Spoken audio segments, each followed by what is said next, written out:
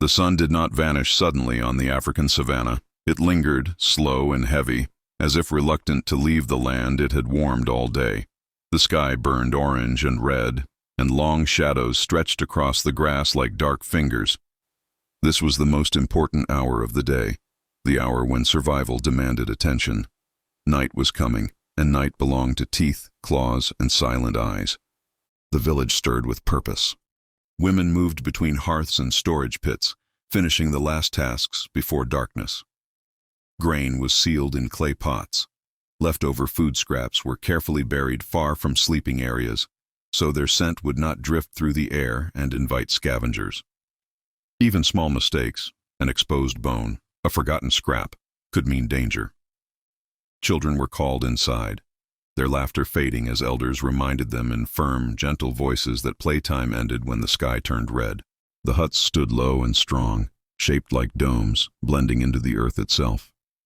Built from mud, clay, grass, and dung, they were thick enough to block wind, cold, and curious claws.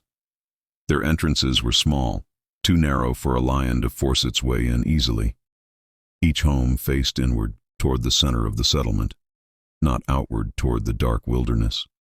This design was not accidental. It was wisdom carved into architecture. Around the village, men dragged long acacia branches into place. The thorns were sharp as razors, capable of tearing flesh and blinding careless predators. The branches were woven together tightly, forming a barrier called a boma, a living wall of pain and noise. Hyenas might be bold, but even they hesitated before pushing their snouts into such defenses. Leopards preferred stealth, not injury. Lions, powerful as they were, did not waste energy on prey that fought back. As the last light faded, fire became king. At the heart of the village, a large fire burned steadily. It was never allowed to die completely. Fire was warmth, protection, and warning all at once. Sparks leapt into the air, carrying human scent upward. The crackle and pop echoed through the night, signaling to every creature listening. Humans are awake. Humans are dangerous. Elders gathered near the flames, their faces lined with years of survival. They spoke quietly, sharing stories not for entertainment, but for memory. Stories of ancestors who ignored the rules and paid the price. Stories of clever escapes, of nights when vigilance saved lives.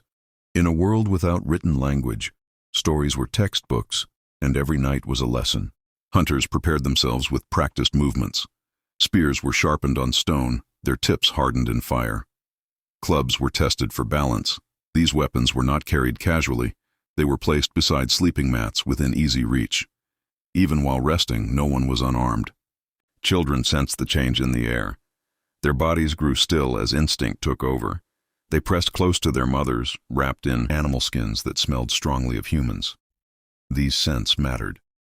Predators could smell fear, blood, and weakness, but they also recognized danger. A strong human scent suggested numbers, noise, and fire. Dogs, lean, alert, and loyal, paced the edges of the village. Their ears twitched at every sound. They were the first alarm system, capable of detecting danger long before human eyes could see it. A single bark could awaken an entire settlement. As darkness deepened, the savanna came alive. Somewhere beyond the thorn fence, a lion roared. Deep, powerful, territorial. The sound vibrated in the chest, reminding everyone of what waited beyond the light. Farther away, hyenas laughed, their eerie calls rising and falling like mockery. The people did not panic. These sounds were familiar, known, understood. Fear was useless without action. The village did not sleep all at once. 2 young men were chosen as night watchers. This role rotated among adults, ensuring that no one grew careless from exhaustion. The watchers sat near the fire, spears across their knees, eyes scanning the darkness beyond the glow. They knew the land well. They could tell the difference between the wind-moving grass and a body stalking low.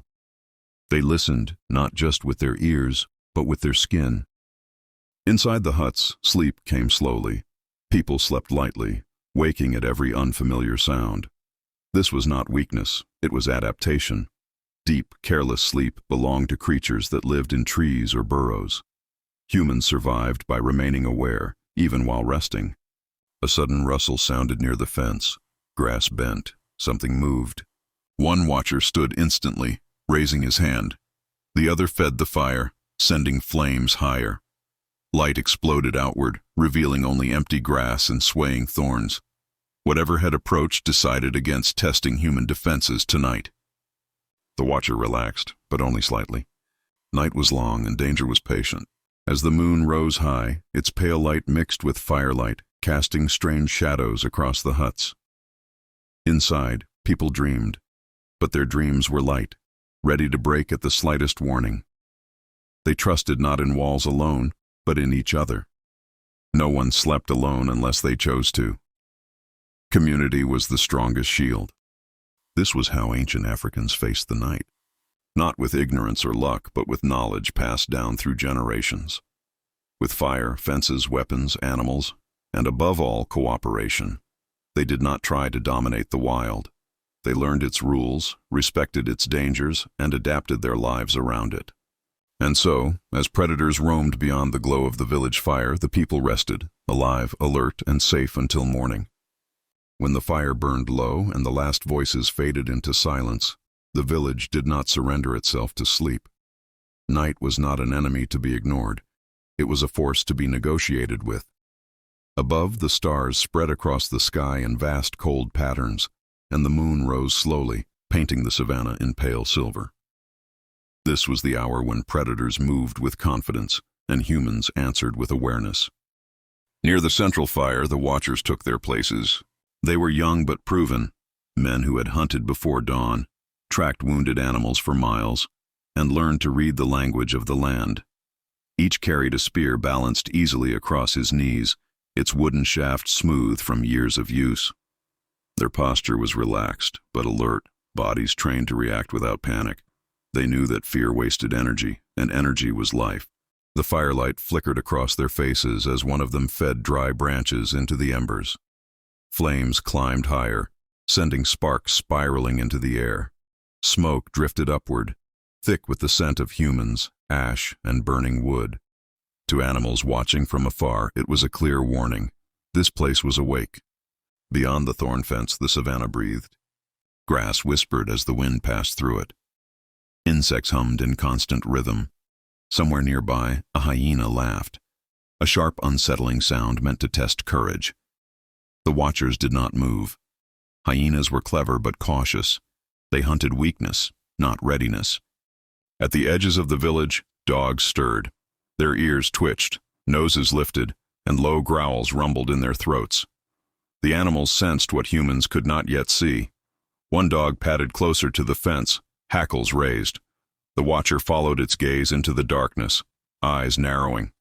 Inside the huts, people slept, but not deeply.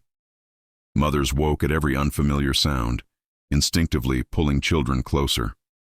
Elders lay still, listening, their minds sharp despite resting bodies. Sleep came in fragments, shaped by thousands of years of adaptation. To sleep too deeply was to invite death. A sudden snap echoed from the thorn barrier. The sound was sharp and unmistakable, the breaking of a dry branch under weight. One watcher rose silently to his feet, lifting his spear. The other reached for a burning stick from the fire. Dogs barked once, loud and clear, then fell silent as if waiting for instruction. The watcher threw the burning branch toward the sound. Flames flared against the darkness, briefly illuminating yellow eyes low to the ground. A leopard, beautiful, powerful, and cautious, froze for a heartbeat. Then it retreated, melting back into the grass without a sound. Leopards thrived on surprise. When surprise failed, they vanished. The village exhaled. The watcher returned to his place, feeding the fire again. No words were spoken. Words were unnecessary. Everyone understood what had just happened. Vigilance had worked. Hours passed slowly. The moon climbed higher, shadows shifting across the huts.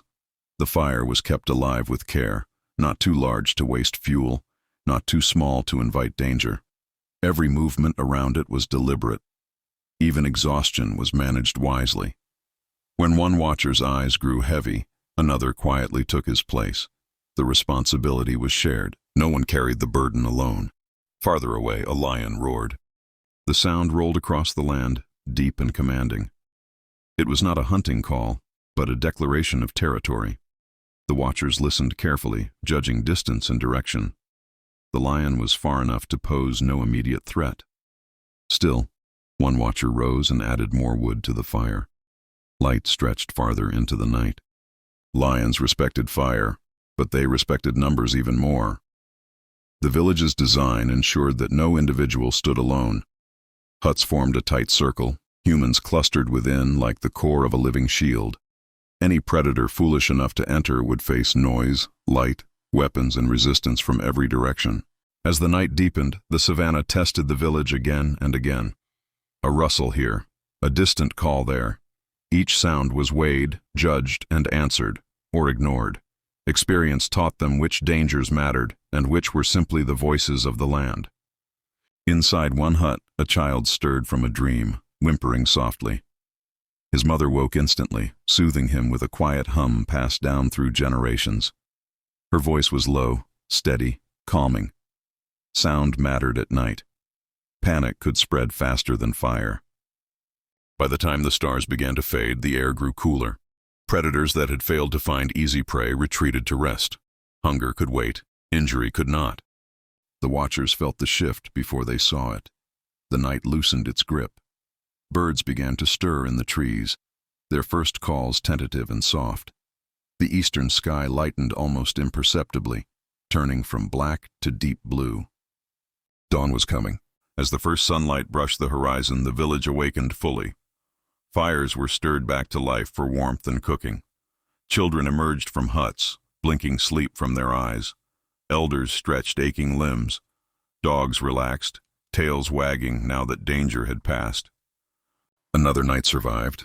No one celebrated loudly. Survival was not a victory. It was a responsibility fulfilled. Ancient Africans understood that safety was not guaranteed by walls alone, but by constant awareness, shared duty, and respect for the land's rhythms. They did not defeat the darkness. They learned how to live with it, and that knowledge kept them alive until morning.